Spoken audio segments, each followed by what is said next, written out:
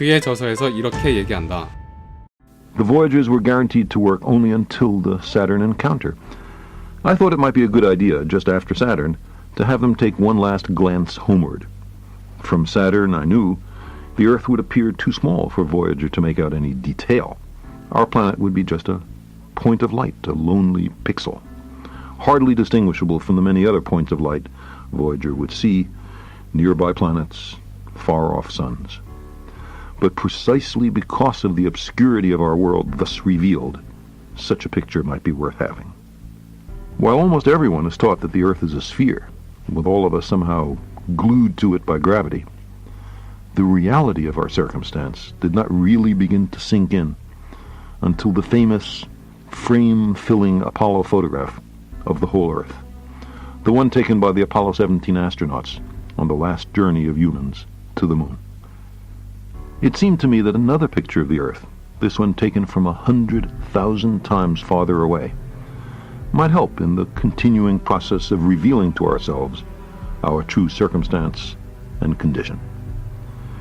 It had been well understood by the scientists and philosophers of classical antiquity that the Earth was a mere point in a vast, encompassing cosmos. But no one had ever seen it as such. Consider again that dot. That's here. That's home. That's us. On it, everyone you love, everyone you know, everyone you ever heard of, every human being who ever was, lived out their lives.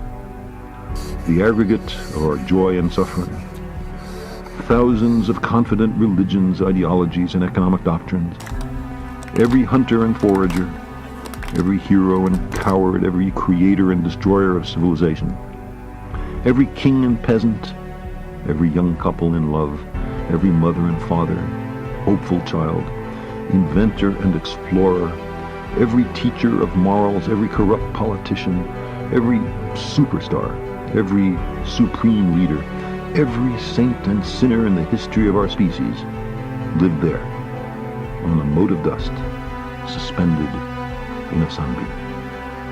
The Earth is a very small stage in a vast cosmic arena. Think of the rivers of blood spilled by all those generals and emperors, so that in glory and triumph they could become the momentary masters of a fraction of a dot. Think of the endless cruelties visited by the inhabitants of one corner of this pixel on the scarcely distinguishable inhabitants of some other corner. How frequent their misunderstandings, how eager they are to kill one another, how fervent their hatreds.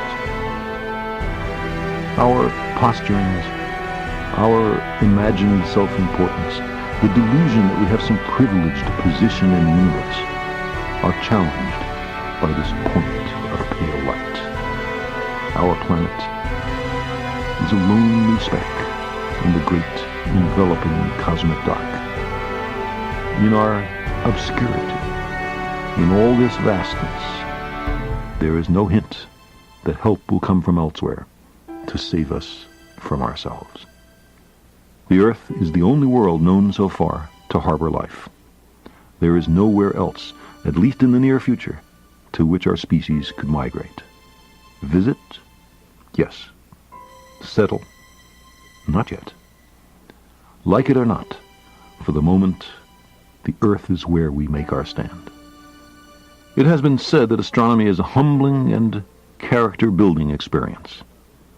There is perhaps no better demonstration of the folly of human conceits than this distant image of our tiny world. To me, it underscores our responsibility to deal more kindly with one another and to preserve and cherish the pale blue dot, the only home we've ever known.